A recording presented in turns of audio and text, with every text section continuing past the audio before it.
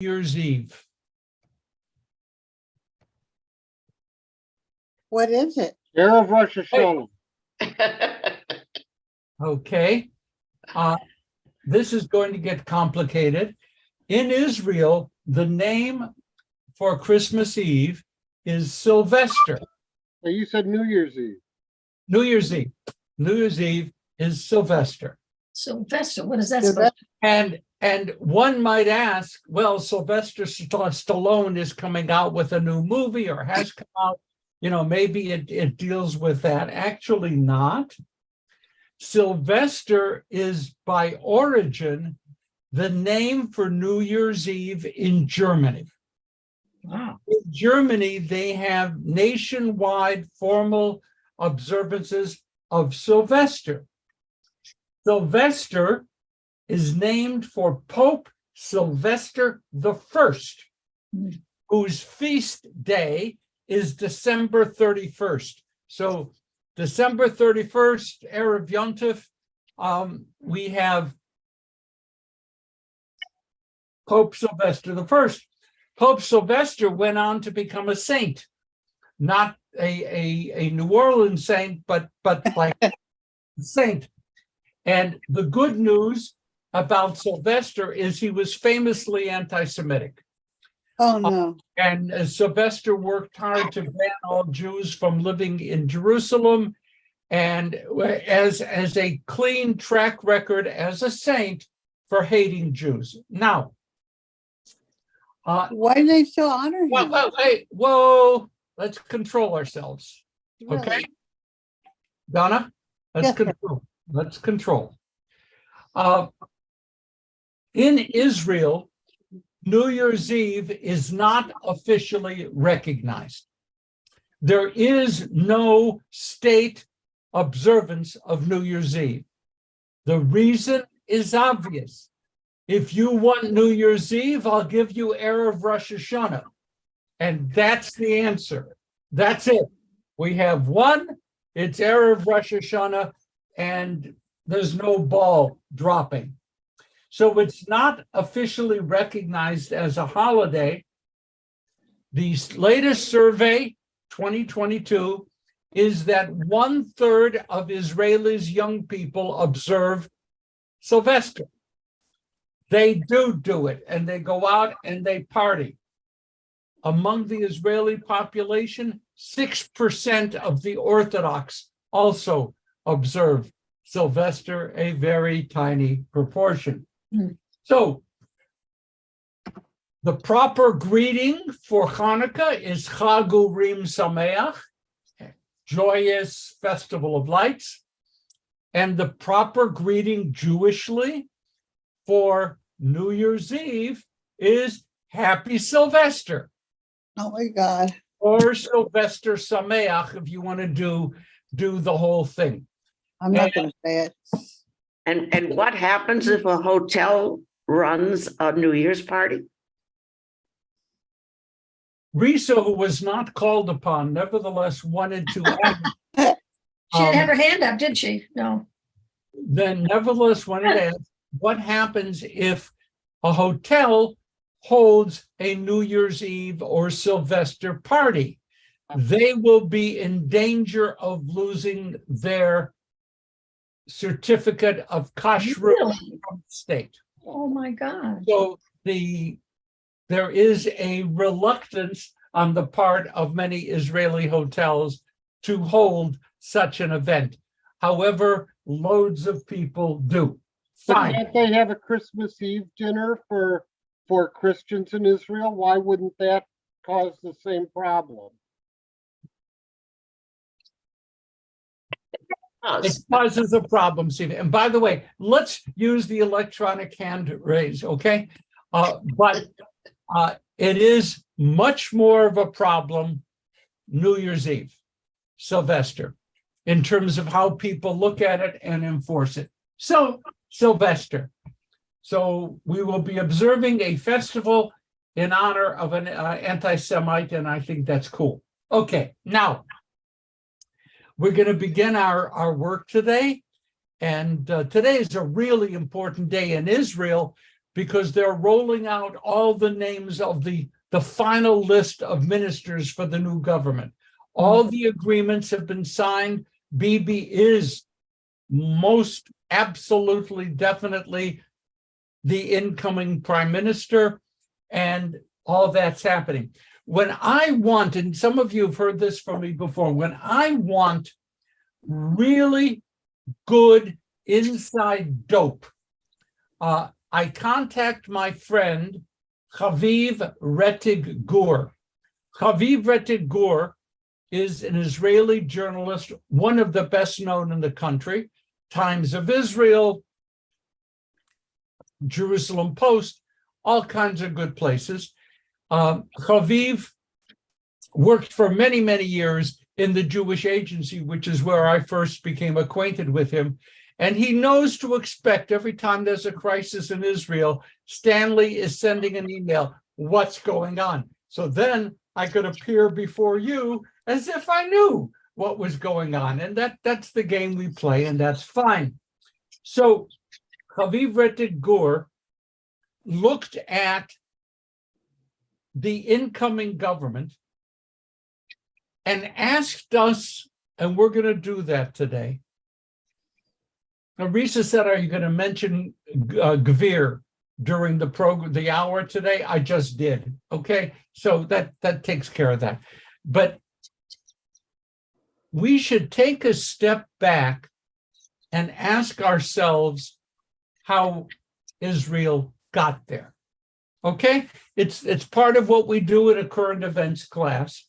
The easy thing is to say that the rise of the radical right in Israel to power matches the 41% vote that Marine Le Pen got in the recent French presidential election.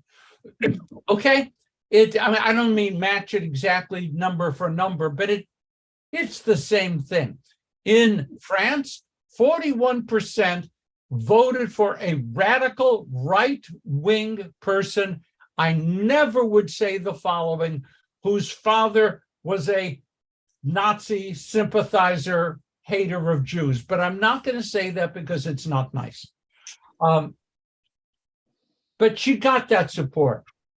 And then formerly fascist political groups in Israel, some of which trace their lines directly back to Mussolini, directly back and forward to the present time, have risen to power.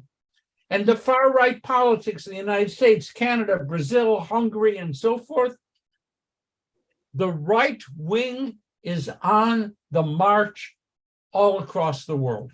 Okay?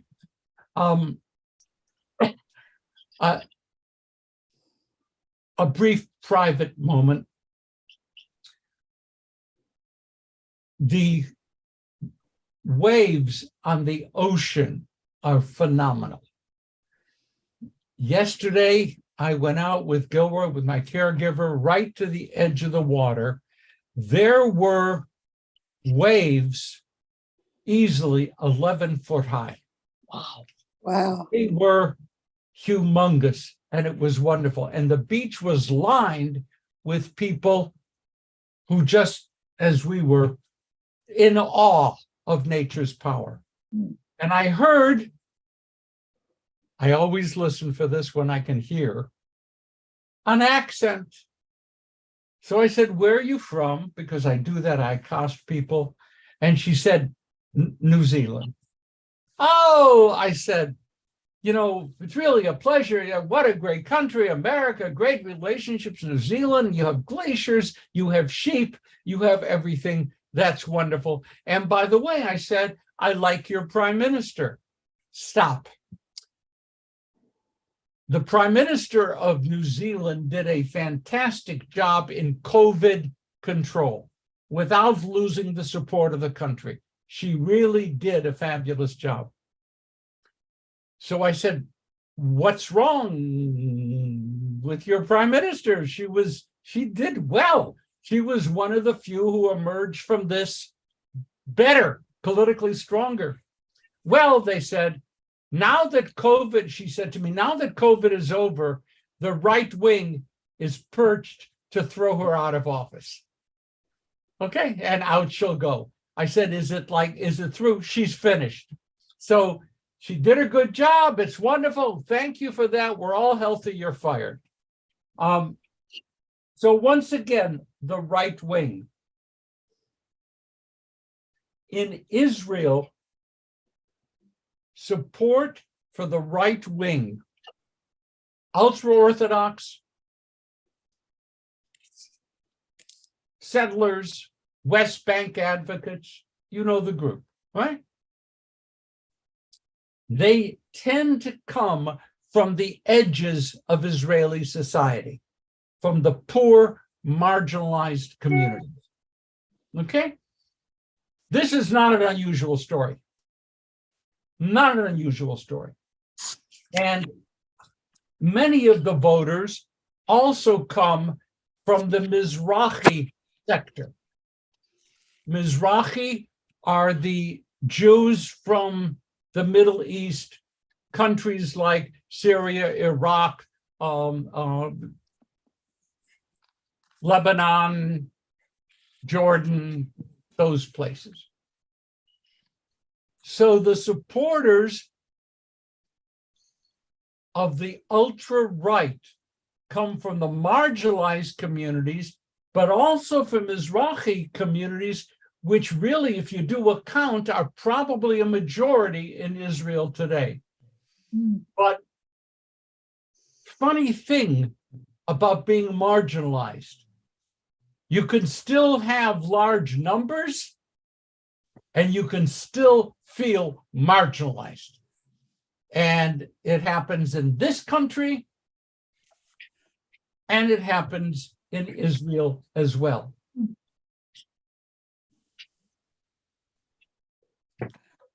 There is a rightist shift in Israel, but Chaviv Rete Gur says the Israeli left collapsed 2 decades ago. And what you don't have is Bibi running in and overthrowing a settled government. What you have is Bibi picking up the pieces of the shattered political left. Now, if that sounds scary to you, it's intentional. Sukasa. I think I forgot my question.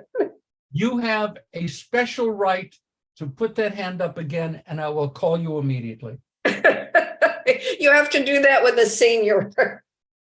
You're so far from that, excuse me.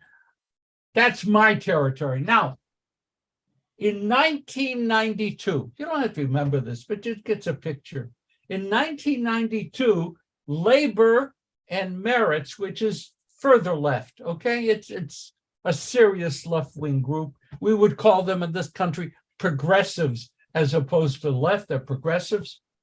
1992, they won 44% of the vote. Do you know what that means in a country with 30 political parties? Right? They win 44% of the vote. They win. They conquer the country. That's it. They own the country.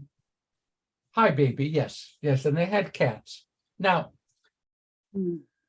that was the year Yitzhak Rabin was elected. Are you with me? At the time when Labor and Meretz won 44% of the vote, Rabin was elected and launched the peace process. That's 92. In 96, the number was 34%. And that's when Bibi took over the first time. Are you seeing a storyline? It hit 28% in 99, 20% in 03, 19% in 06, 13% in 09. That's not a slope. That's a cliff. In other words, In Israel, the left has disintegrated. At the same time, the marginalized communities felt themselves ignored by labor in the old days, began to grow in power.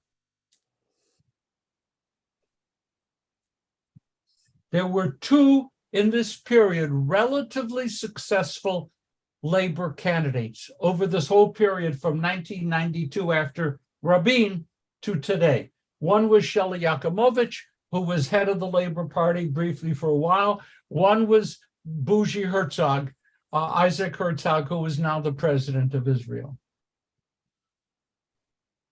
Their power reached in 2013 16%, and that's it. In the five, and I'm quoting Gore, in the 5 election run of the past 43 months, 5 elections, the left won 8%, 9%, 6%, 10%, 7%. I almost have nothing more to say. I mean, when Gore put it out there like that, I was a lot more comfortable viewing it as a putsch, as the right overthrew the institutions of Israel. But that's not an accurate portrayal. The left collapsed. It's been a 3 decades long collapse. And then Gore writes the following. I'm sorry. The left that just collapsed in terms of raw political strategy does not deserve to exist. Whoa. May I ask you a question? Please, and let's we'll take a To the little. point. Because I have a question about this the is- left, their disintegration and their strategy. Well, what if a woman was just, what about the women in power? Did they have any, like Golda Meir? What happened with the women in power? What's going on with that? When labor was in power from Ben Gurion through Golda, thank you, dear. She says, you're choking, drink Coke. Oh, Pepsi Zero. Okay, that's fine. Thank you very much. When Ben Gurion and his successors through Golda, 73, were in power, on the one hand, they embraced the rhetoric of the Declaration of Independence. On the other hand, they were an elitist group that crushed Mizrahi presence in Israel.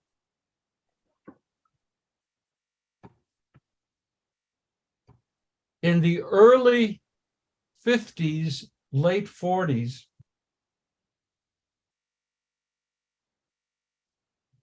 the Israeli Labor Party, as it was named different things, but you know what we're talking about, Ben Gurion's party, was involved in forcefully removing children from Mizrahi homes to educate them as Westernized Jews. Sukasa, please do not have your mouth hanging open like that. If this sounds like Canada, it does. If this sounds like the United States, it does. There is nothing we can say that will wipe out the elitist Labor Party activities in the 50s.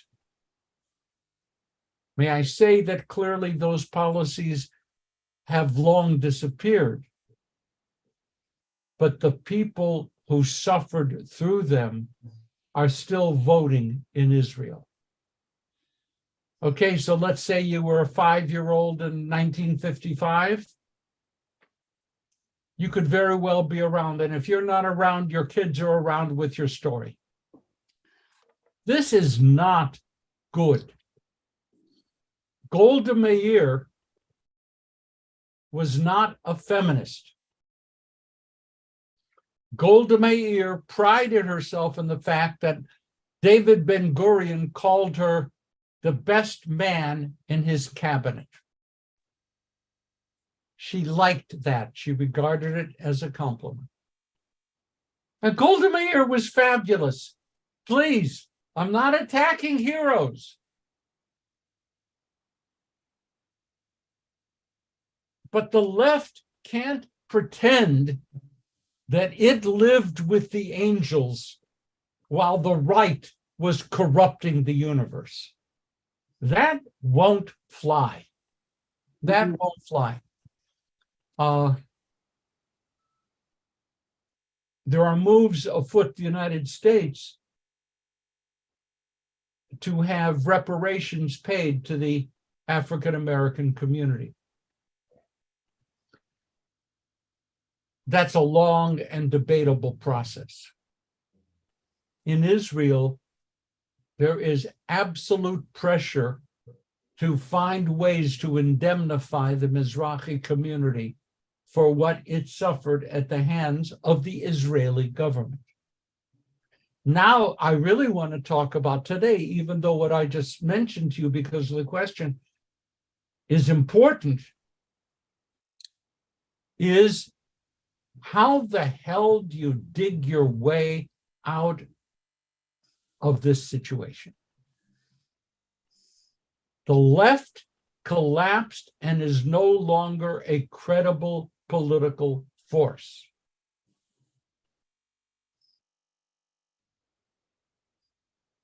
I'm just going to pause. Donna, that was the answer to your question. You have a question? That's a perfect answer, sir. Thank you. Thank you. Okay, Tim. Steve. The question you just asked was my second question. The first question I have is things morph. As we know, the Republican and Democratic parties over the last century and a half have almost switched positions. There are many, many liberals, I know many, leftists who live in Israel and care a lot about the policies and what's going on. Why do 50-year-old failures of leadership and policy disable them? That's not, there's still no explanation of why the current liberal population, of whom there are many, don't have a way to give themselves a political voice. Hang in there. The answer to that, Steve, as you well know, that's why you raised the question, is a tough question. Is there a substantial liberal population in Israel? Yes.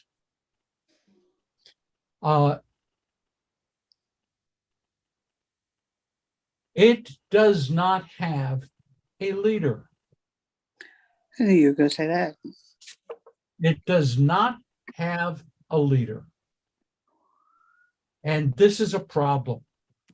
There is speculation, which I am pleased to feed, even though it's raw gossip. What the heck? Is that Bougie Herzog, after he completes his term as president, may run to head the Labor Party again. That would be good. Please, Donna, Sorry, dear. please. That would be historic, and I don't know if successful, but he believes as an individual that as much soft power as the president of Israel has, the coercive power lies in the hands of the elected prime minister. And that if he wants to make real change, and I think Bougie is a great man, if you want to make real change, you have to head up a political party and force it through the Knesset.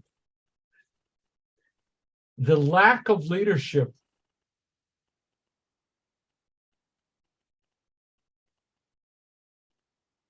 in the political left is notorious right now. It is notorious in the United States, and it's notorious in Israel. It's notorious in the UK. Folks, it's notorious. These are the times. Howard and then Sukasa. I feel, and it's really, maybe this is wrong, that the big problem with the left in Israel that has caused them to collapse as far as the support among the general public has been their conciliatory position relative to the Arabs. And they are the people, they continue to, there are people who, when they see a bully attacking another child, want to have them brought together in a group and have the bully be in charge of fighting bullying, things like that. Trust. We just need to talk to these people.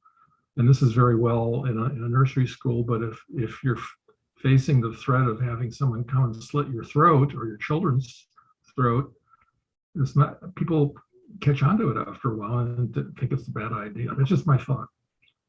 You know that my ideological home in Israel is through the Hartman Institute, the Sholem Hartman Institute. And anytime you have an opportunity to read some of their materials, and they have plenty because it's a big academic institution, I recommend it to you.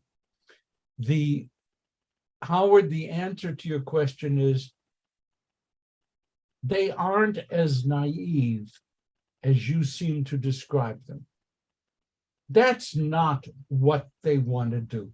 No one wants to hand the country over to the bullies with the hope that if we do that, they'll be nice to us. Nobody. And to assert that it does diminishes the depth of the problem. There are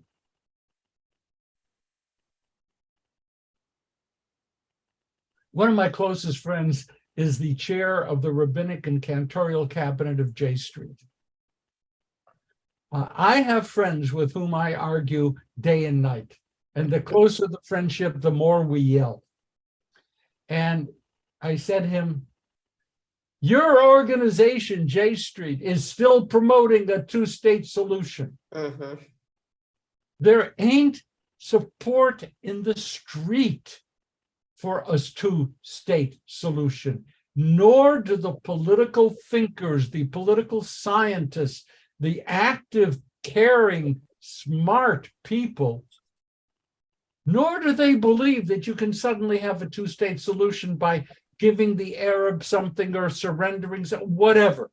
No one believes that anymore. No one. I'm sure there are five. Well, No one believes. The U.S. government, that's our policy. Wait, no one believes that.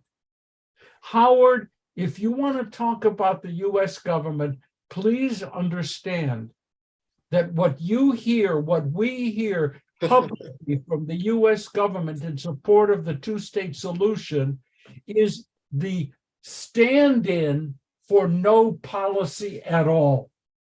Mhm. It's not that the U.S. government believes that the two-state solution is the only way out, but when people who support Israel want to say something which is hopeful, they say two-state solution. Yay! But there is no path to this two-state solution and today. And if I know it, and you know it, I'm going to suspect they know it too. So the U.S. government's support of a two-state solution is in lieu of a vacuum, not in lieu of alternative solutions that will lead to the strengthening of a Jewish democratic state in Israel. This is why we're talking together. This is why we meet every 2 weeks. We have to move beyond the coffee clutch obvious. And so Biden says two-state solution.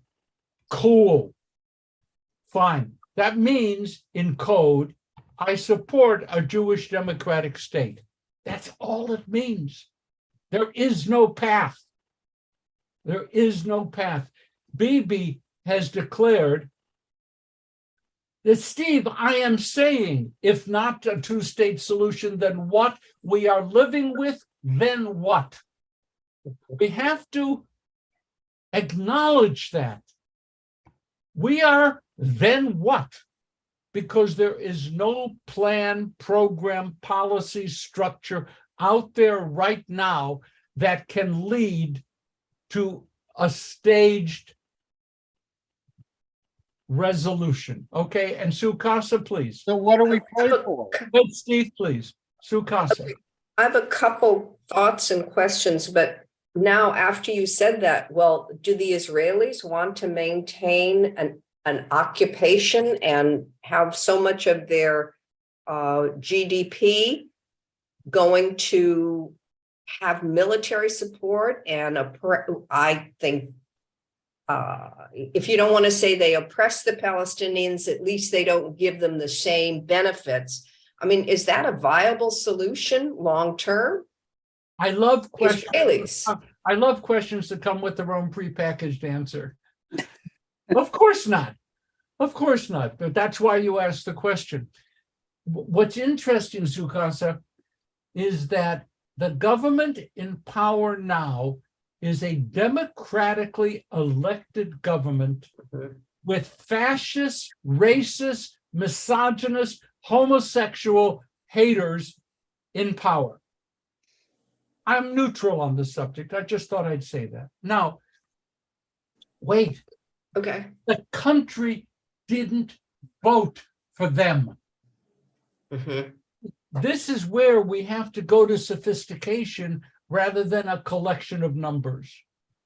This creep from Noam, who wants to what? Throw all homosexuals into the ocean, has one seat in Knesset, but his seat was necessary for Bibi. Now he's going to be a deputy minister, right? I have other words for him, which I use with my friends, but I will not use here. Now,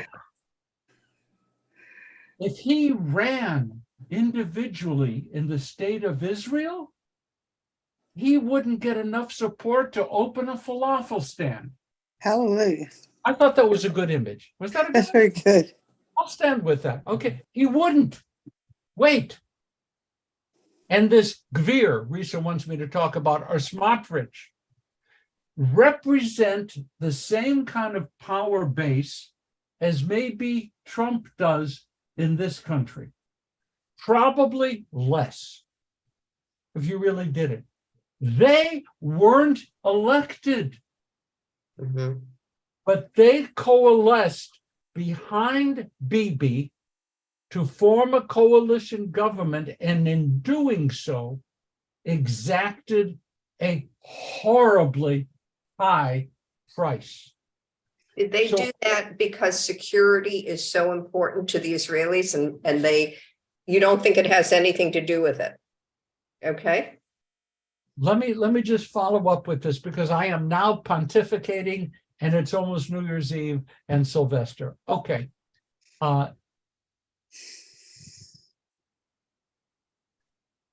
Israel has strong centers. I'm forgetting the word for it. I know what I want to say. Groups of people who are committed to a particular issue. And there are groups like that. There are groups that want to totally absorb the West Bank into Israel. Okay, they want to do that. And there are other groups that totally want to stop all non-halakhically approved Shabbos activities on Saturday, so that where there are a few cities and few interurban buses that operate on Saturday, They're committed to stopping it. Wait, in this new agreement, I love this new agreement. In this new agreement, the ultra-Orthodox have crushed the move to move all of Israel into what's it called? The five with internet 5G. Yeah, into 5G. They stopped moving into 5G. Sukasa, ask me why. The answer is, To be in the coalition, Bibi needs them and he's got to give them stuff. why are they opposed to 5G? Oh, well, internet? that's because they're Michigas. Who knows? Okay, so they're crazy. Yes, that represents a good answer. On the other hand, maybe not so much. There is an internet service, 2 and 3G, which is halakhically approved by the ultra-Orthodox rabbinate because it allows control over the cell phones. And they are exercising control over the cell phones owned by the Orthodox through the 2G and 3G networks. If Israel went totally modern country, that is, right? Big modern country. If Israel moves to 5G, which it could easily do now because there's already a lot of 5G, if it moves totally to 5G, the rabbinate will lose control over the cell phones of the Orthodox. And so that's what they're fighting for. What I'm saying is that's more than interest groups. Help me, there's another word.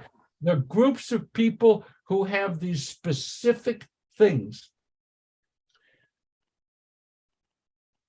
who were willing to support Bibi because Bibi promised them what they could not win at the ballot box. He sold his soul, which I am convinced he does not have. He sold his soul and allowed these random groups to have incredible power, which they did not earn at the ballot box. So I'm going to stop right here.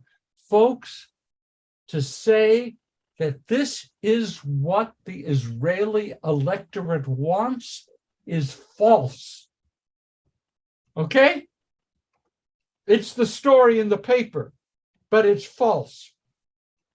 It's false because Israelis didn't vote for that. They voted for Bibi. They love Bibi. That's whatever. Okay, fine. People voted for Goldwater. Fine. They voted for people with whom we have little sympathy. Fine. But in order to get power, Bibi sold out the democratic structure of Israel. But that does not mean that Israelis voted for this government. Okay, Donna, quick. Yes, you were talking before about the Liberal Party. I see it on the vein of what you're talking about. If someone were to run on the Liberal Party ticket, like the gentleman you mentioned, that because all those people didn't vote for this in Israel, there's a hope that we can change it. Okay, thank you for that point. And I will actually, that's on my agenda for today. Let me get to it. But yes, Risa, please. Do you think this government has a chance to last? Oh, why would my wife be the one who touches my deepest cynicism? That's not nice. As long as the pigs can feed from the trough, he will stay in power. Mhm. How Risa, often- it has a greater chance of standing than the coalition government that was in office for what? I forget, Steve, was it 18 months, 17 months, whatever it was, something like that. How often is the That was- election? Please, Sorry. that was it was unstable from the beginning. was unstable from the beginning, and everyone knew, there was even a question whether they'd get to the second year of a rotation. I mean, who had no idea? This government is stable as long as these individual interest groups can get what they could not otherwise get at the ballot box. And that's the key element. If they go without Bibi, everything they want goes away. Okay, Joanne. I just have to disagree when you say that the Israelis voted for this government. They voted for Bibi knowing that he'd have to put a government together and they would have to include these guys. So I say they did vote for this government. I'm going to give you that and agree with you, but I will tell you, no one had an advanced picture of all that would be on the table right now. There were some things that we knew. Judicial emasculation, yes. That we knew some things were going to happen. But the breadth and the depth of all of this, I want to go on. And Joanne, you raise a great point. I really don't think that Israelis understood that this, or foretold, they wanted Bibi. And they were pretty much willing to pay an unknown price. But obviously we can disagree on this, and that's reasonable. That's reasonable. Steve? Bibi spent a lot of time in the last 3 weeks soliciting American Jewish groups to buy his book, to reassure them that all these extreme people report to him and none of these evils are coming to pass. Obviously, it appears that that was total lying. Do you think that the groups that are supporting him, who needed this reassurance, will ultimately see that? Or is it like Trump, it doesn't matter? And and whatever these groups in America do, I still think that if you lose all American support, you're in trouble. Yeah, and the question, Steve, would therefore be broadly put: what kind of external pressure might have an impact? And will there be any, or will they just ignore the lies he told them? And again, you have the question of how will the United States respond when anything that resembles anti-Israel, anti-Semitic will go down very poorly on the national scene. A lot of the local scene will be very happy, but on the national scene, Biden doesn't want to appear to be not supportive of Israel. By the way, I think he is supportive of Israel as a natural position. But if he goes far in criticizing or boycotting or cutting off aid, if Congress cuts these billions that come to Israel in retaliation for a sharp, oppressive government, it's going to really, there's going to be a price paid. The Republicans will jump all over that.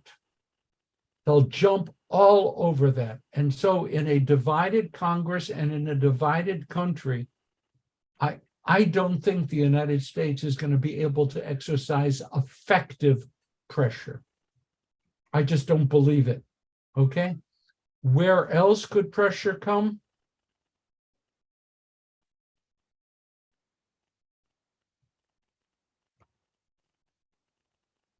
It should come from the organized Jewish community in the United States. It should come from our leadership.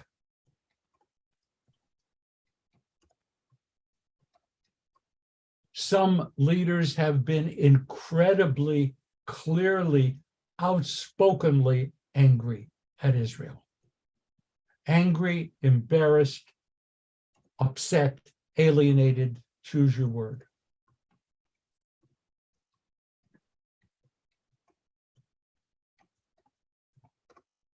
Will it make any difference? Will the anger of American Jews make a difference? You have in this country,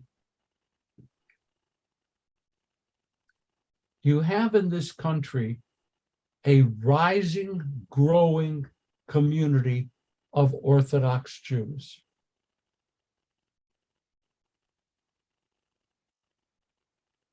They will not be putting pressure on Bibi's government. In the forthcoming elections for the World Zionist Congress, expected to take place in 2024, 2025, the expectation is that the far right, represented by Likud and friends, will come in first, and the ultra-Orthodox will come in second, and that the Reform Conservative coalition will slip past third place where we are now and slip further. So when I ask again, will pressure come from the American Jewish community? It's a problem. Risa? Am I wrong to think of the coalition agreements as platform forming and that nothing will be put in effect, nothing will happen, the buses won't be stopped, and everything else until it gets passed through the Knesset? Is that a wrong approach? No, it's just a little bit short. Let me just do this. The United Torah Judaism group, the big umbrella of the major Orthodox political party, has signed into the new government platform. It is now going to be legal. It would be legal. I'm going to use would, conditional. It would be legal in Israel now to have gender segregated public events. I saw Sylvia, I'm sorry, I don't mean, okay? Let me go on. They will attempt to amend the law of return, which is going to set American Jewry wild.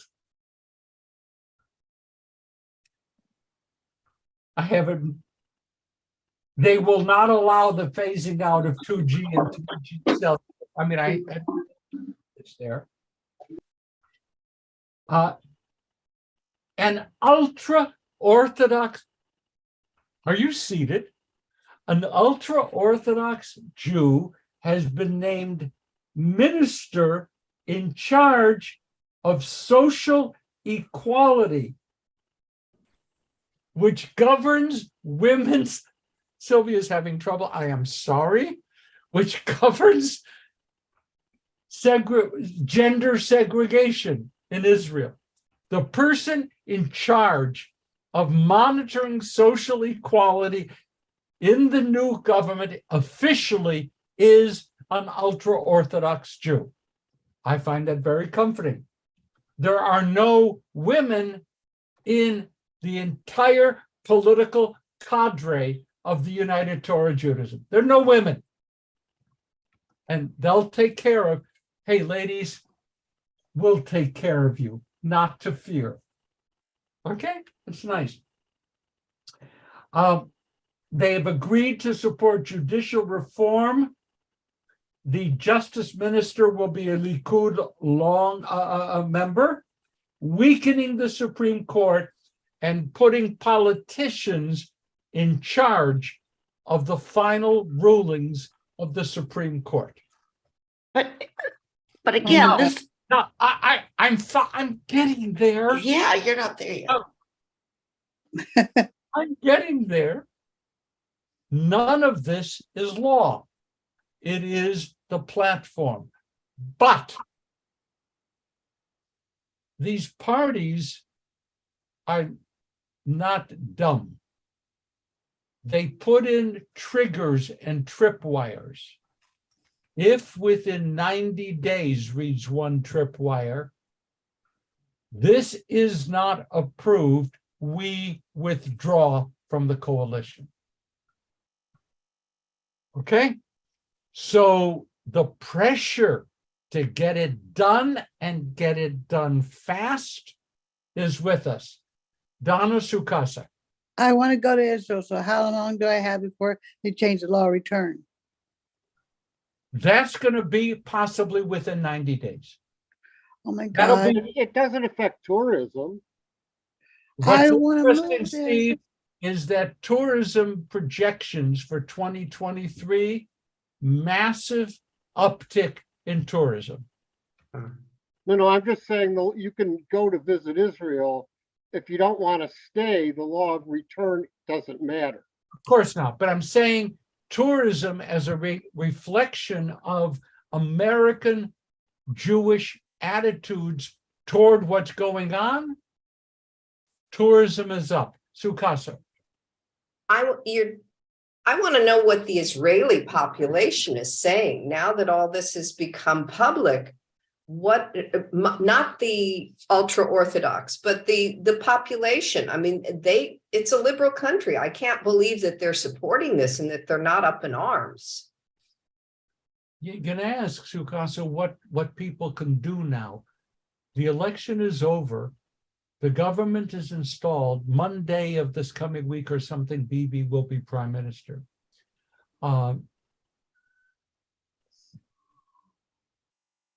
What can they do? The Knesset is his. There's no other way to bring down a prime minister outside of an election. No, but isn't there isn't there a lot going on in the press? Aren't there people on TV talking about this, interviewing? Oh, yeah. People like me, the talking heads who have all kinds of wisdom and, an undying liberal. Yeah, of course there is. Israeli press is wide open and free, at least so far. Wide open and free. And the anger and the rage and the discontent everywhere. Everywhere. But given the system, by the way, is it different in the United States? Is it? When the president is elected for 4 years and has the support of Congress, what can you do?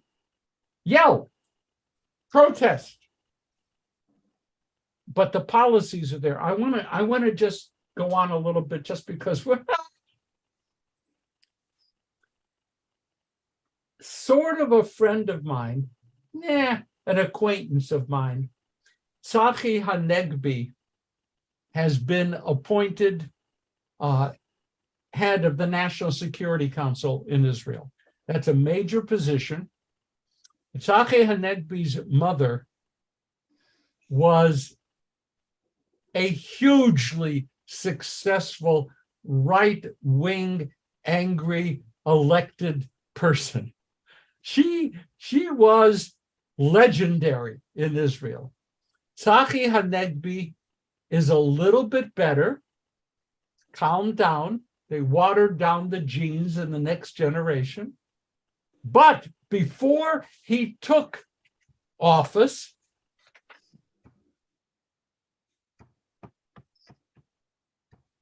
he said, if the United States does not curb the Iranian nuclear initiative, Israel will attack Iran. This man is now the head of the National Security Council.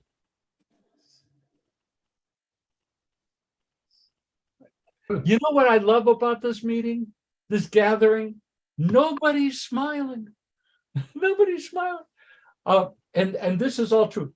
Now let me end with a happy story, which has a miserable ending.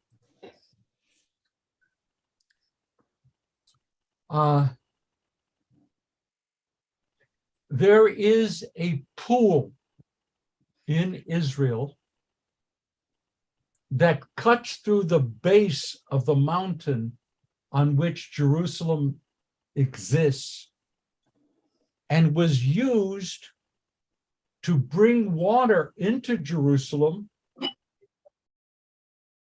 during times of siege. They had to find ways to bring water in. It's called the Shiloach, the pool of Siloam. And it was built by King Hezekiah. You're talking First Temple, really old stuff, and it's excellent. Risa and I walked through that tunnel, as have many tens of thousands of people. And we walked through it at a time before it was partially cleaned up so that the water was up to here on me. Okay? And we had our 3-year-old daughter, and because we are negligent parents, she was holding on to my neck and kicking while I was ducking through this tunnel. I would have been arrested at other times. The kids we were leading, the teenagers, eventually reclaimed and saved her. Now, this pool, built by King Hezekiah, we have actual remains of, Okay, hold on. with inscriptions that date it, and we have it, and it's there. It was cut from the inside out and the outside in, and 2,600 years ago, they met. They met, which is kind of incredible. Underground, they met. Here's the rest of the story. There is an archaeological initiative by right-wing conservatives to spread Jerusalem's property into the Arab towns surrounding Jerusalem.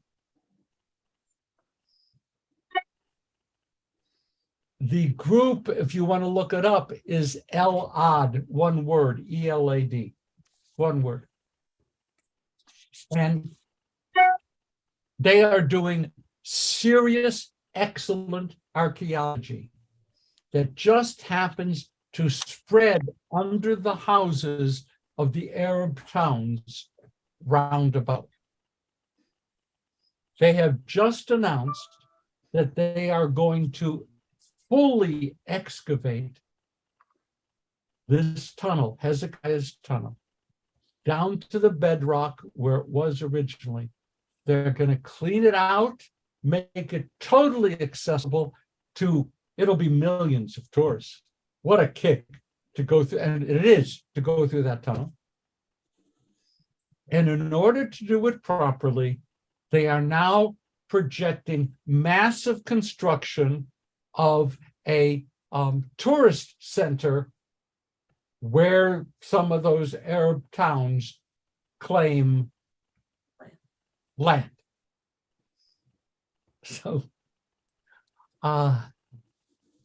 may I wish each and every one of you a happy Sylvester, and we will meet again. I have a date.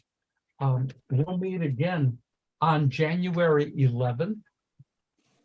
By then, everything will be settled in Israel. And by then, no, I mean it seriously, the ministers will be in place, the government will be in place, Bibi will be in place. At the same time, the new Congress in the United States will be in place. And we will have a lot a lot to talk about. Thank you for everything. Have Happy New Year, everybody. I have to run. Happy New Year. See you all next year. be well. Thank you for today. I got a card from Joe and We'll Jill. be smiling soon. Well, hi, Risha. Miss you. I got a card from Jill and Joe. Bye, everybody. Another time.